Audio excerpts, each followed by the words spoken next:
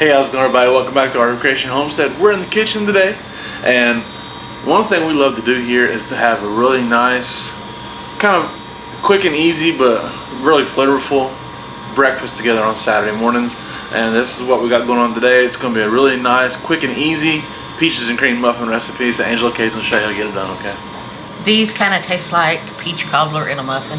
It's good. Yeah. So what's bad about that? And the plus for this day and age we're living in, there's no eggs in this. So in a time of egg shortage, that works. In this bowl, we have 2 cups of all-purpose flour. We have 3 teaspoons of baking powder. We have a half a teaspoon of salt. We have between an 1/8 and a 1/4 of a teaspoon of cinnamon. It's up to how much cinnamon you want in them.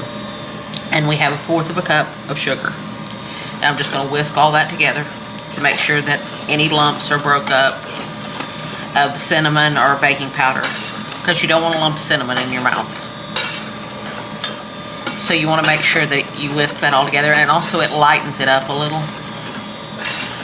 It mixes everything really well, and then it also lightens up your flour. It's basically the equivalent of sifting your flour. We also have our oven preheated to 350 degrees, and we have a muffin tin lined with muffin liners. You don't have to line it, you can also spray it, but I'm choosing to line it to make it a little easier. Now to this, we are going to add 1 cup of sour cream. You want to do the full fat sour cream.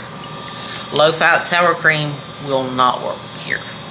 You want to do full fat sour cream. Why is that? You need the excess fat because you don't have an egg. Right. So you need the excess fat to substitute that egg. Good. And speaking of fat, we have 2 sticks, which is 1 cup of unsalted butter. This has been melted and cooled down just a little bit.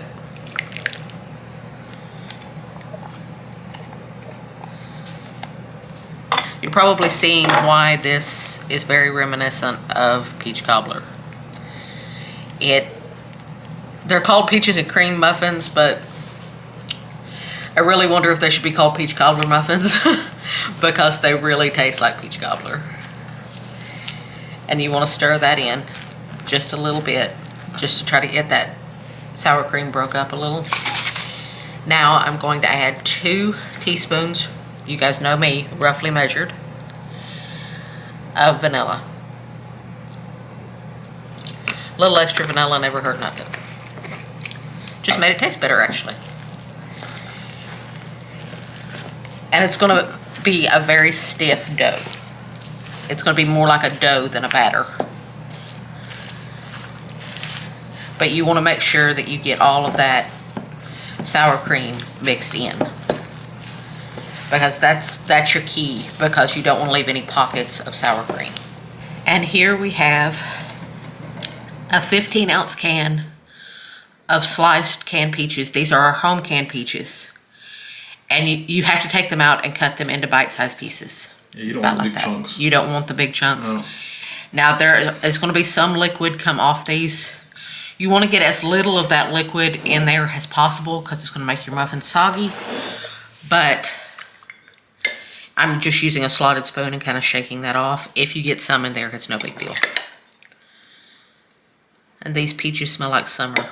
They do. If you at all can your own peaches. Oh yeah. They're so much better than the store-bought. Yeah. And one thing is like while we might use sugar in our canned peaches to create syrup, it's not a high fructose corn syrup. It's not a corn syrup mixture that's in there. It's just a regular, right? And also I did an extremely light syrup. Well, exactly. Sure. I mean, you can't say they're sugar free, but you can say there's no corn syrup in them. Yes. And that matters. Now while you're mixing those in, it's going to break up the peaches a little bit. That's fine. You actually want that. You actually want it to break up the peaches a little bit. That way you don't have such big chunks. You have them more distributed throughout. So you actually don't worry about, oh, I gotta be so gentle with these. Don't worry about it, just get them stirred in. Without developing too much gluten. So don't over stir. Just stir until you see a nice ratio of peaches throughout your batter. These are very peachy. Yes, these are very peachy. If you don't like peaches, this is not for you. Probably didn't click on the video. That's true. I don't know why somebody who don't like peaches would click on a video that says peaches and cream muffins. Nope. Unless you're just a supporter of ours. And in that case, we very much thank you. We love you. And we love you. So now we are going to load these into our muffin tin. I'm using a large cookie scoop. And you want to start out a little shy with each one because you can go back and add. But you don't want to have to borrow from Peter to pay Paul. If you're a Southerner, you know that saying. Not just Southerners. Now we've got our muffin tin all loaded up.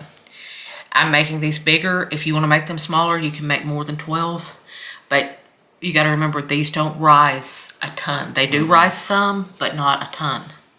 So just kind of press it in there. Now I've got cinnamon sugar. You can make a cinnamon sugar mixture however you like to make it, or you can buy it already made.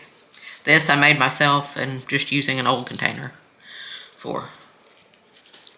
And you just want to sprinkle a little bit of cinnamon sugar on top of each one. Basically that makes it more taste even more like peach cobbler. Now I'm going to put these in a 350-degree preheated oven until they are done, and when you touch the center they don't sink in, they kind of spring back and they'll be golden brown on top. I'll show you what they look like when they're done. These are out of the oven, and as you can see they don't rise a whole lot. Nope. Look good though. They baked for between 30 and 35 minutes, and they get nice and brown on top, and see when you push on them they're kind of springy. Really nice.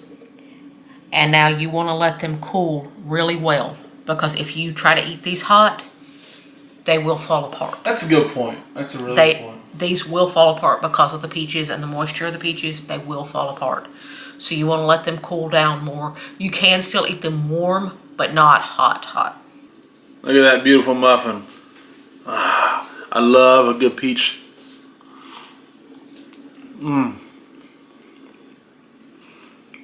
Very good. So outstanding. Now, I tasted it just a little quickly. I mean, it might, see, it's smashed down a little bit, but it's great. Look at that inside. It's so good. It's so delicious. These are a great muffin. Again, let them cool some, just simply because they have a little texture to them, a little ability to stand up to squeezing it like I do. But it's absolutely outstanding, delicious, a wonderful muffin. And hey, it's got fruit, so it's healthy for you, right? So check this one out. It's a delicious recipe from Angela K.